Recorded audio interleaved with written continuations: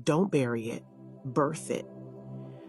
Ladies, I came to remind you today, God gave you something special. And it's not meant to be buried.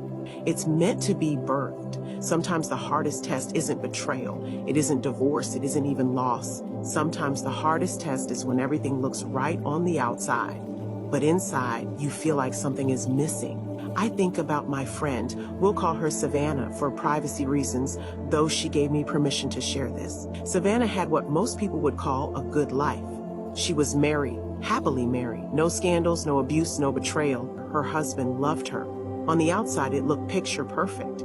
But inside, she felt a heaviness she couldn't explain. She wasn't unhappy with him. She was just unhappy within herself. Smiling in public, but wrestling in private.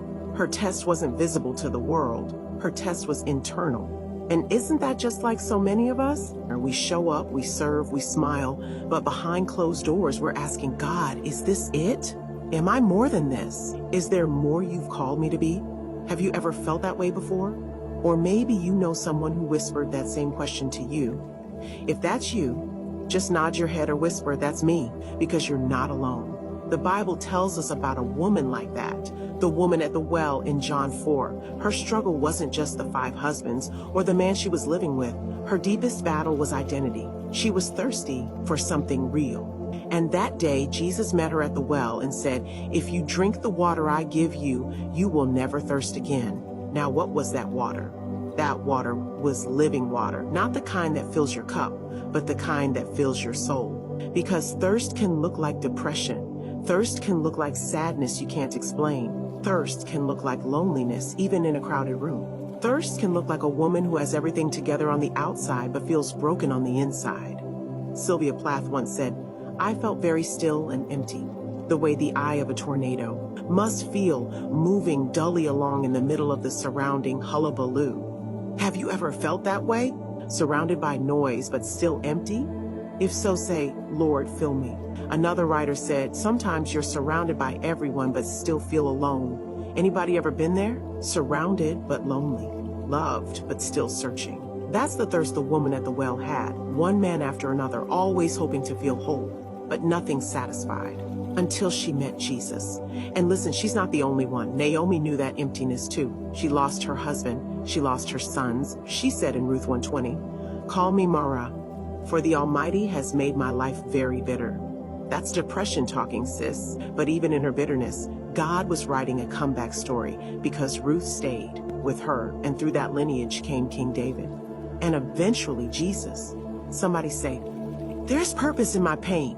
And let's not forget Job. He lost everything. Children, wealth, health. He sat in ashes and cried out, my soul is weary of my life. Job 10:1.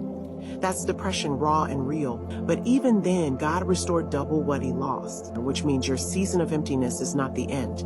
It's a setup for restoration. Now, some of you might ask, but how do I shake this off? How do I get free from this uneasiness? Because the truth is, the devil will send emotional, mental, and physical demons to attack you, all to keep you from your chosen purpose. You chase that 9 to 5, but are you also chasing what God told you to pursue? Or have you buried your gift in the sand like the servant in Matthew 25 who hid his talent?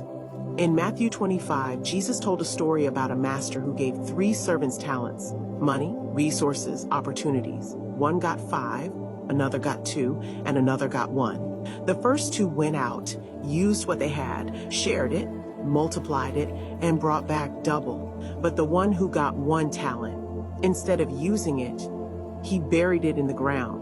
He said, here, I didn't lose it, but I didn't do anything with it either. And the master was not pleased. He called him wicked and lazy. Why? Because God doesn't give you something just for you to hide it. He gives you gifts, opportunities, and callings for you to use them, grow them, multiply them, and bless others with them. The others weren't selfish. They shared theirs, learned from others, and came back with more than they left with. But that one? He buried his gift out of fear. And some of us do the same thing. You know people like that.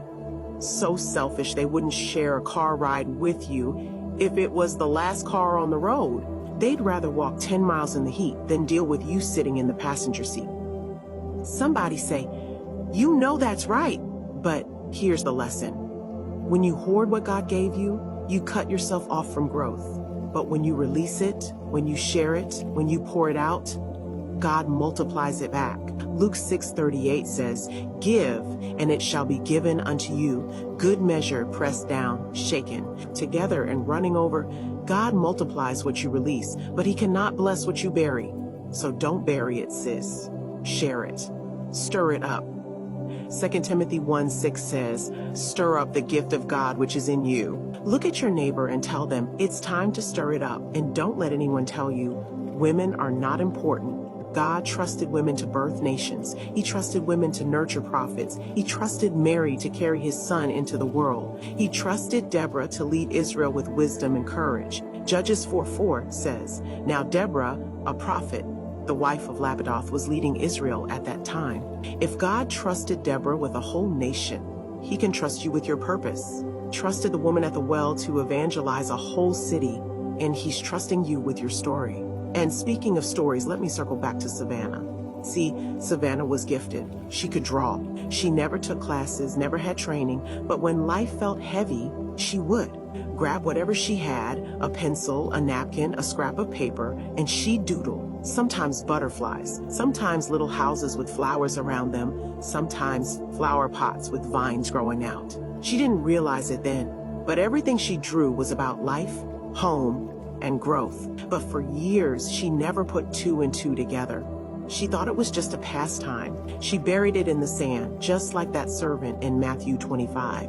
She didn't see it for what it was, a gift God had given her, a part of her purpose. One day she and I talked and I said, "Have you ever thought about going to an arts and crafts store, buying a reel, sketch pad, some supplies, and just setting aside time for this? Not for money, not for likes, but for you and God?"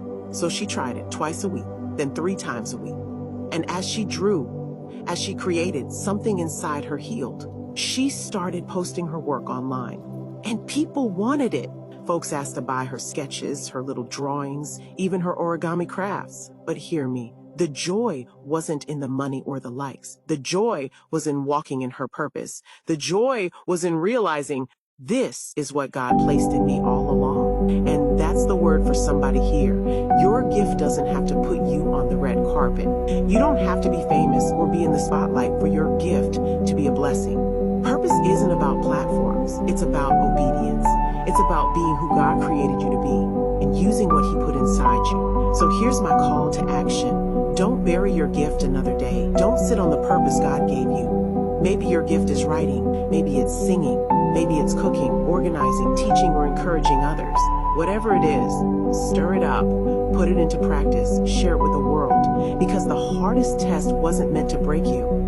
It was meant to reveal you. And woman of God, don't bury it, birth it. Now lift your head, straighten that crown, and declare it with me. I am not what I went through. I am who God says I am. I am chosen. I am worthy. I am victorious. And I will not bury it. I will birth it. Now, if you believe that, open your mouth and shout it one more time.